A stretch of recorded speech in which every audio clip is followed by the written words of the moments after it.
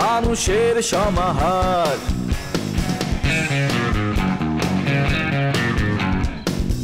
ভেতর আর বাহিরে চলছে উৎসব অপেক্ষার। এই শহরের হাজারো বাড়ির মতো নিয়ে হাসি কান্নার গল্প যত, এই শহরের হাজারো বাড়ির মতো নিয়ে হাসি কান্নার গল্প যত, প্রতিবার এখানে বেজে যায় calling bell, calling bell, calling bell, calling bell, calling bell.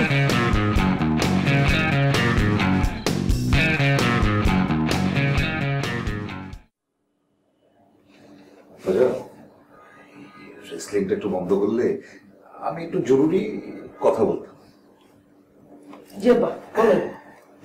বলছিলাম কি আব্বা, যে আপনার তো নানাবিধ মানুষের সাথে পরিচয় আছে, নানাবিধ কার্যক্রমের সাথে আপনি নিয়োজিত, তাই বলছিলাম যে আমি অতি সম্প্রতি নারী অধিকারের উপরে একটি আর্টিকেল লিখেছি। লেখাটি যথেষ্ট ভালো হয়েছে, যদিও কিঞ্চিত পরিমাণ অবশিষ্ট আছে। আজ রাতের মধ্যে আমি সেটি শেষ করে ফেলবো। আমার তো বিভিন্ন জায়গায় পরিচিত মানুষজন আছে, তো কি করতে হবে? নারী অধিকার কি আদায় করে দিতে হবে? না না, ছি ছি, নারী অধিকার আপনাকে আদায় করতে হবে না। আপনি যেটা করবেন সেটি হলো যে আমার এই লেখাটি যদি আপনার পরিচিত মহলে সাংবাদিক বলে কেউ থেকে থাকে, তাদের হাতে পৌঁছে দেয়া, যেন আমার লেখাটি তারা ছাপানোর ব্যবস্থা করে। মানে আপনার লেখা পত্রিকায় ছাপিয়ে দিতে হবে? মানে এটা তো মানে আপনার লেখাটা কেমন হয়েছে এটা তো কখনো পড়ে দেখিনি। মানে লেখাটা কি পত্রিকায় ছাপানোর উপযোগী কিনা? মানে আমার লেখা সম্পর্কে আপনার কোনো ধারণা নেই? মানে আমি এতদিন ধরে লিখছি, আপনি আমার কোনো লেখা পড়েননি? না, আপনার লেখা আমার কাছে আছে, কিন্তু মানে যে বিভিন্ন কারণে বিভিন্ন সবসময় মানে ব্যস্ত থাকি তো পড়া হয় না। এটা আমি কিভাবে করবো, মানে কিভাবে মানে আমি তো এক এক সময় এক এক জায়গায় থাকি, মানে সময় বের করতে পারাটা আগামী 10-12 দিন আমি এত ব্যস্ত। মানে আপনি জানেন আমি সকালে মগবাজার থাকলে তারপর মানে হঠাৎ করে কারণ বাজার চলে যাই, ঠিক ঠিকানা থাকে না। তাহলে তো কোনো সমস্যাই নেই। আমি আজ রাতেই আমার লেখাটি সম্পন্ন করে সকালবেলা আপনি ঘুম থেকে ওঠার আগেই আমি আপনার কাছে একটা দিয়ে রাখবো। আর তাছাড়া ইলিয়াস কাঞ্চন তো আপনাকে দুপুরবেলা পৌঁছে দেবেই। এই সময়ের মধ্যে আপনি নিশ্চয়ই লেখাটি পড়বার উপযুক্ত সময় খুঁজে পাবেন। হ্যাঁ ঠিক আছে, ইলিয়াস কাঞ্চনকে আমাকে ইলিয়াস কাঞ্চন হলেই হবে। ইলিয়াস কাঞ্চন, ইলিয়াস কাঞ্চন, এই বলতে বলতে ইলিয়াস কাঞ্চন, তোমাকে একটা কাজ করতে হবে। আমি নারী অধিকারের উপরে একটা আর্টিকেল লিখেছি। লেখাটা আজ রাতের মধ্যেই মনে করো যে আমি পরিমার্জন করে একদম ছাপার জন্য উপযোগী একটা অবস্থায় প্রিন্ট নিয়ে ফেলব। তোমার কাজ হচ্ছে আগামীকাল এই লেখাটির 3টি কপি তুমি করবে, করে বিকালের পর থেকে ক্রমাগত ভাবে আমার এই কনিষ্ঠ পুত্র জনাব একটু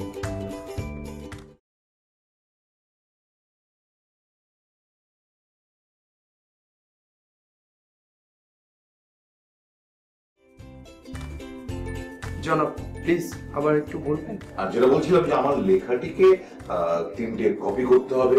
3টি কপি করতে হবে। তারপর দুপুর 2টোর পরে পারভেজ আমিনকে ক্রমাগত টেলিফোন করে তার হাতেই লেখার 3টে কপি পৌঁছে দেবেন। জনাব জাস্ট এ মিনিট। জনাব আপনার নামটি? আমার নাম পারভেজ আমিন। পারভেজ আমিন। জনাব একটু কষ্ট দিবেন।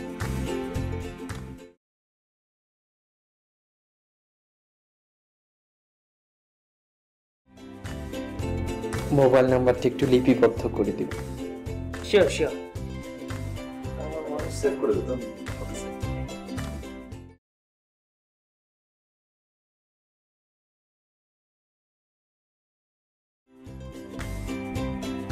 ধন্যবাদ জনাব, এখন একটু হাসতে হবে।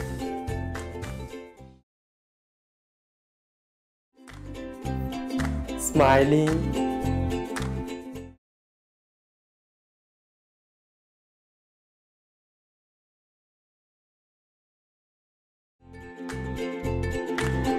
ধন্যবাদ।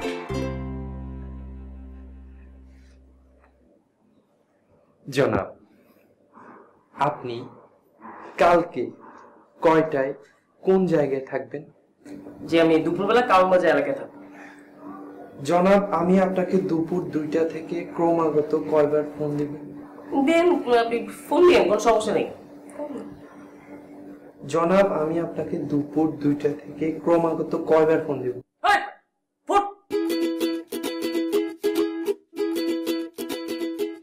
জিজ্ঞাসা আমি বুঝি না এগুলো কি সব কিসে নিয়ে আপনি ঘুরেন। তুই এত উত্তেজিত না হবে না তো। ছেলেটি একটু বোকা প্রকৃতির, ভুলে যাওয়ার একটু, কিন্তু কাজের ছেলে। ওকে যে দায়িত্বটা দেওয়া হয় ও চেষ্টা করে পুঙ্খানুপুঙ্খভাবে সেই কাজটি সম্পাদন করার জন্য। আপনার কি অনেক রাগ হয়েছে? না না না, রাগ হয় নাই, মানে এরকম কিসিমে আমি আমার জন্মে দেখি নাই তো, কেমন যেন লাগলো। মানুষ না পোকা।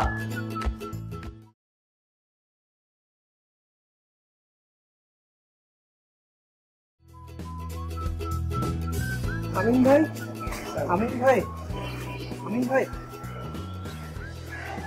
এই তোমাকে না বলেছি আমি যখন কোনো শুভ কাজে যাব তখন পিছন দিক দিয়ে ডাক দিবে না, এটা অশুভ। জি দুঃখিত, আমাকে ক্ষমা সুন্দর দৃষ্টিতে দেখবেন। আমিন সাহেব, এই কাগজটি আপনাকে দিতে বলেছে, 3টা পত্রিকা অফিসে জমা দিতে বলেছে। তুমি কি শিওর বাবা আমাকে এই লেখাটা দিতে বলেছে? আমি শিওর, আমি 100% শিওর। আমি সবকিছু লিপিবদ্ধ করে রাখি, ওই কথাটিও আমি লিপিবদ্ধ করে রেখেছি। Let me check. চেক করতে হবে না, আমি চিন্তাতে পারবো কিনা জানি না, তবে একটা পত্রিকা অফিসে এটা দিয়ে হবে। ঠিক আছে, ধন্যবাদ। শোনো,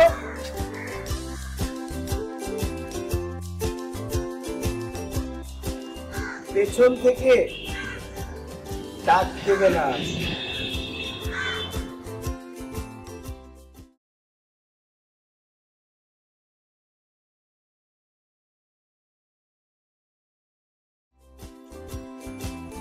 হ্যালো, আপনি? আল্লাহ, আমি ভাবলাম অন্য কেউ। অন্য কেউ ভাবার মানেটা কি? আপনি ইসাক, মানে কয়জন ইসাক আমিনকে চিনেন? না মানে আমার প্রত্যেকদিন অনেক মানুষের সাথে দেখা হয় তো, কখন আমার ইসাকের সাথে দেখা হয়, কখন ইব্রাহিমের সাথে দেখা হয়, কখন আমিন। তো একটু কনফিউজড হয়ে গেছিলাম। ও, তা আপনি এত সকাল সকাল আমার অফিসে? আমার অফিস চিনেন কিভাবে? আর তার চেয়েও বড় কথা, তো আর্লি মর্নিং আপনি পৌঁছালেন কিভাবে? আমি পৌঁছাইনি, আমাকে পৌঁছে দিয়েছে। সকাল সকাল ঘুম থেকে উঠে রেডি সেডি হয়ে রাস্তায় বের হয়েছি, সিএনজি আলাকে থামিয়ে সিএনজিতে চড়ে বসেছি।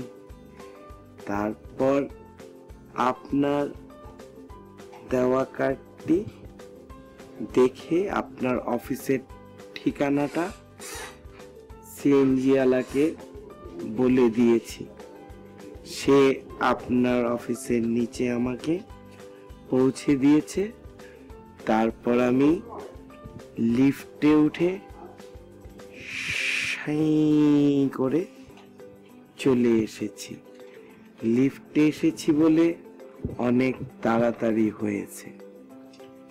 ভালো। তো কি মনে করে আপনি আমার অফিসে আসলেন?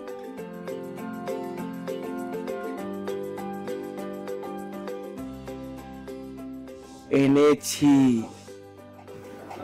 কি এনেছেন? লেখা। আপনি লেখালেখিও করেন? লেখা একবার শুরু হলে শেষ হওয়ার কথা না। তো আপনি এটা কমার্স ধরে লিখেছেন, এটা তো দিবেন না? আমি লিখিনি, লেখক লিখেছে। কোন লেখক? লেখক এটা আপনি আনলেন কেন? কোইন্সিডেন্টালি যিনি লেখক উনি আমার বাবা। ও আচ্ছা। লেখাটা আমি আপনাকে দেব, তার আগে কথা আছে। জি বলুন। আমার বাবা সমাজের অনিয়ম, ব্যভিচার, অত্যাচার, সমস্যা এগুলো নিয়ে ছোট থেকেই দেখে যাচ্ছি লেখালেখি করে যাচ্ছেন। লিখতে লিখতে আমাদের বাসার ছাদ পর্যন্ত কাগজ এঁটে গেছে, কিন্তু ছাপাতে পারেনি। তাই আমি আজকে এই লেখাটা আপনার কাছে নিয়ে এসেছি, কারণ আপনি আমাদের বন্ধুত্বের দাবি থেকে এটা ছাপাবেন। ধরেন। বন্ধুত্ব?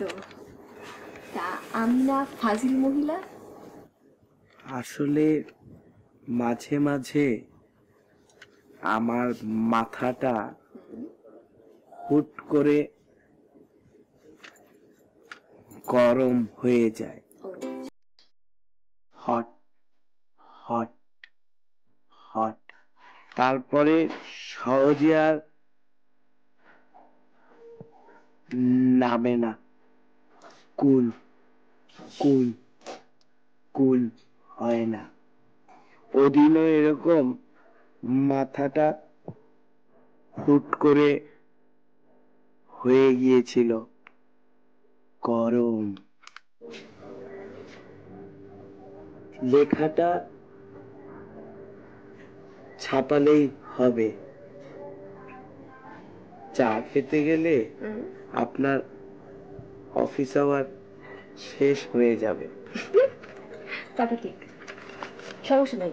আমি আপনাকে চা খেতে দিয়ে তখন ডিস্কে চলে আসবো। আমি আমার কাজ শেষ করবো, কাজ শেষ করে আমি আপনার সাথে আবার জয়েন করবো।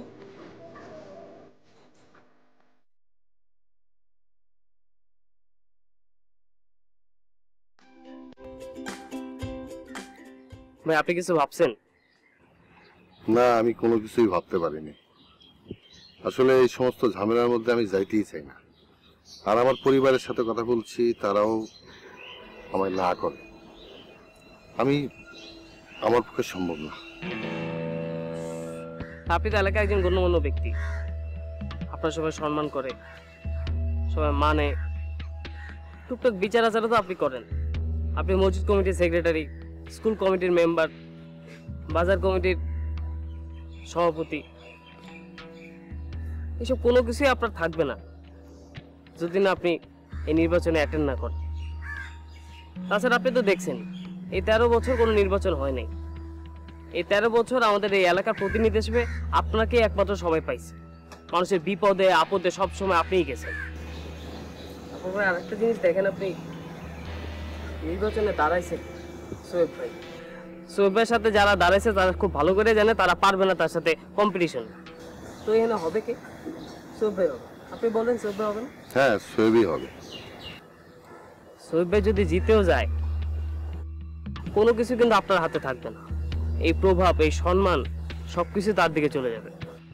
তাছাড়া ভাই 13 বছর ধরে আপনারা সবাই দেখে আসতেছে, আপনি অলরেডি পরীক্ষিত গার্জিয়ান আমাদের। সোহেব ভাই নতুন করে গার্জিয়ান হইতে চাইতেছে, সে পারবে কি পারবে না সেটা আমরা বলা যাইতেছে না, যদি আপনি দাঁড়ান। হ্যাঁ, আমি জানি নতুন কোনো প্রতিনিধি আসলে কোনো গুরুত্বপূর্ণ পদে আমি থাকবো না। তারপরও আমি মানুষের বিপদে আগায় যাব, যেইভাবে ছিলাম সেভাবেই থাকতে চাই। কিন্তু এইসব ঝামেলা আমি থাকতে চাই না। ভাইয়া, এই যে 13 বছর কষ্ট করলেন, এই যে একটা অভ্যাস তৈরি হয়েছে, এই যে মানুষজন আপনারা ভালোবেসে কিন্তু আপনার কাছে আসছে, কেউ জোর করে আপনি কাউরে আনেন না। আরও বাসায় বিপদ হয়েছে, আপনি সেখানে গেছেন, আপনিও তো ভালোবেসে থেকে গেছেন। আমরা সবাই চাই আপনিই হন, অ্যাটলিস্ট আপনি ফাইটটা করেন। একজন সৎ মানুষকে আমরা দেখতে চাই সব জায়গায়। বাকিটা আপনার ইচ্ছা, আপনি একটু ভাইবা দেখেন। আচ্ছা, তুমি যখন এত করে বলতেছো, আমার একটু ভাবতে দাও। আমার পরিবারও না করতেছে, আরেকটা কাজ করি, পার্টির বড় নেতার সাথে কথা বলি, দেখি উনি কি বলে, তারপর তোমার আমি জানাবো। জি ভাই, কথা বলে আপনার যত ধরনের সাহায্য লাগে আমি আছি। আমি কালকে আবার আসবো।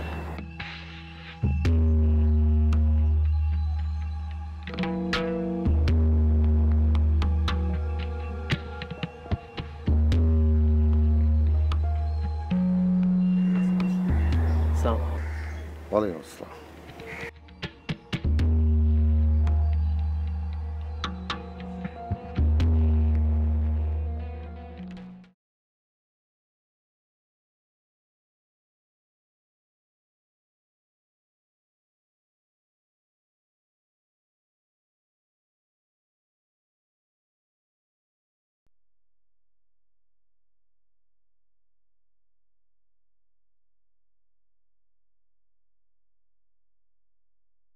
কি দেখছেন? আপনার চা খাওয়ার মধ্যে না একটা অন্যরকম আর্ট আছে, খুব সুন্দর। আপনি কি আবারও আমাকে খোঁচা দিয়ে কথা বলছেন? মানে খোঁচা খুঁজি শুরু করে দিয়েছেন? না, একদম না। রোমানা হকের খোঁচা খুচির অভ্যাস একদমই নেই।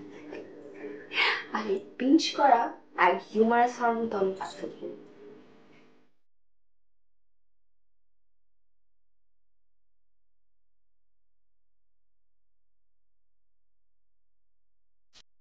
ছোট থেকেই কি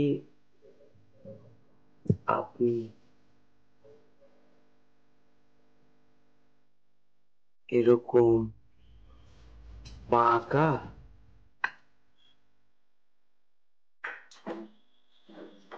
আপনার পরিবারের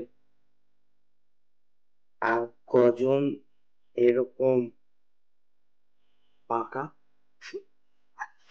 আমার ফ্যামিলিতে এরকম বাঁকা আর কেউ নাই, কারণ এখানে আমি ফ্যামিলির সাথে থাকি না, এখানে আমি একটা ফ্ল্যাটে থাকি আমার 2 ফ্রেন্ডের সাথে। আর আমার ফ্যামিলিতে আমার বাবা নাই, মা আছে, মা চিটংয়ে থাকে। আমার কোনো ভাই বোন নাই, আমি একাই।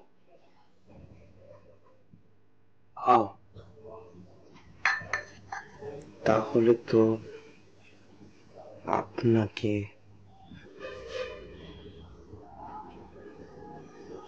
ট্রাভেল করছেন। কিছুটা।